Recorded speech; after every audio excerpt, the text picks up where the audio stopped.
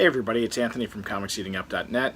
I am back with Terry Hockness from HocknessComics.com. We're doing the new comic spec review video for July 26, 2017. Actually, Terry's not here this week. He is off, so I'll be handling the duties myself. We're fully aware that San Diego Comic-Con is winding down. So far, we've had some pretty big news. In independent comics news, we found out Princeless from Action Lab Studios is being optioned by Sony. That's a pretty big deal. The story involves a young African-American princess who goes about saving herself. She doesn't wait around for her prince to save her. Very different than the Disney movie, so it's a very empowering female movie that should appeal to young girls. The Action Lab book is very hard to find right now, and there is a self-published book that came out beforehand that's going to be extremely hard to find. I heard rumors that it may be as low as 200 copies, so if you can find a copy of Princeless #1 from, I believe it's Fire Tower Studios, you could be sitting on a gold mine there if Princeless makes it to the screen. We got a peek at the new Thor trailer, which looked absolutely fantastic. It's got a lot of Incredible Hulk in there, so it's a lot of Planet Hulk. I think the Planet Hulk issues might have hit their peak for prices, but there's still a good flip if you can find them cheap, or if you still have copies you're looking to sell, now would be a good time. They might get higher in value as it gets closer to the movie, but you just never know. We also got word on the upcoming Captain Marvel movie, got a peek at Carol Danvers' costume, and found out that it is going to be the Kree-Skrull War. So grab copies of Avengers 89 through 97 if you can find them cheap enough. These are going to be awesome pickups. Now, Carol Danvers isn't necessarily in these issues, and it deals with a different Captain Marvel. However, that this is the storyline that the movie is going to be based off. Normally, we'd turn it over to Terry at this point to get into the comics, but I'm going to go ahead and start on my own since, like I said, Terry's not here. Out this week, one of the books I'm definitely looking forward to the most is Redneck #4. There's the regular cover and the Images of Tomorrow cover. There's also Redneck #3 second print, which is coming out, which has a great cover image of Grandpa, the vampire in the wheelchair. That one looks fantastic. One of the highly anticipated books, for some reason, is the Savage Dragon 225 25th Anniversary Triple X cover. This, there's no other way to say it. It's the young Savage Dragon in an orgy. It's a $9.99 cover price. I think the regular 225 issue 225 is a $7.99 cover, so it's like $2 more for all the dirty goodness.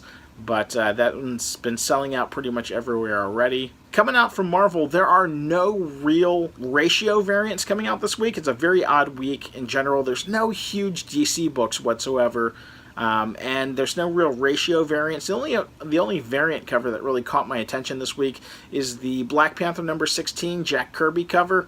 It's a classic Jack Kirby image. It just looks great. I love seeing Jack Kirby's work. He's very, very much missed. If you're looking at the new issues at Midtown this week, make sure you're looking at the Star Wars #33 San Diego Comic-Con variant. Now, these are the previews exclusive variants. They don't usually shoot up in price, but this is a cool black and white sketch cover. It's worth grabbing at $3.99.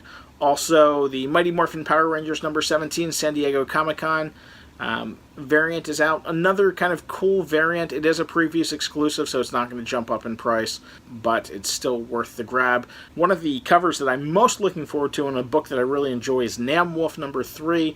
It's an Alexis Zirrit cover. I love his style. It's very pop art, very 70s, very colorful, very psychedelic.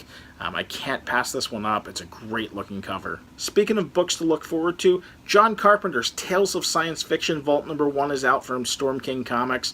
I really like John Carpenter's work, and this is going to be more in the vein of his sci-fi stuff since it is a sci-fi book, but still expect some horrific elements in there. Now on to the two big books of the week for me. They're both small press books. First up is Heavenly Blues #1 from Scout Comics. This is a must pick up. It deals with, the good go to heaven, the bad go to hell. They're tortured in hell, but that's not punishment. It's more of a hazing ritual, and it deals with just, good and evil. This one had a couple of self-published books as well. 2 issues, as a matter of fact, that were self-published before it came to Scout Comics. So if this book takes off, you definitely want to try to find those self-published copies. But this is a definite pickup. I do like stuff that comes out from Scout, and I think Scout is one of those publishers that's on the rise. It hasn't been picked over yet from movie studios, but give it time before movie studios start taking notice of Scout books and they start getting optioned. And speaking of books that Hollywood people have taken notice of, Alien Bounty Hunters #1 is out this week. This is a book I had mentioned in one of my Look Ahead posts. It is a book that's being produced by Mark Wahlberg. Mark Wahlberg obviously is, he's a Hollywood guy. If he's producing something, there's a good chance he's producing it, so it could be a vehicle for himself. So look at this one. Definitely pick it up. It's probably going to get optioned. It's a small press book, but with Mark Wahlberg's name tapped into it, I wouldn't be surprised if this gets optioned. Anyway, please feel free to leave us a comment in the comment section. If you're watching on YouTube, give us a thumbs up. We greatly appreciate it. If you're watching on comicsheatingup.net, please leave us a message as well, and let us know what you're speculating on. We really do appreciate you guys, and any input you have on these, we'd greatly appreciate it. Thanks for watching.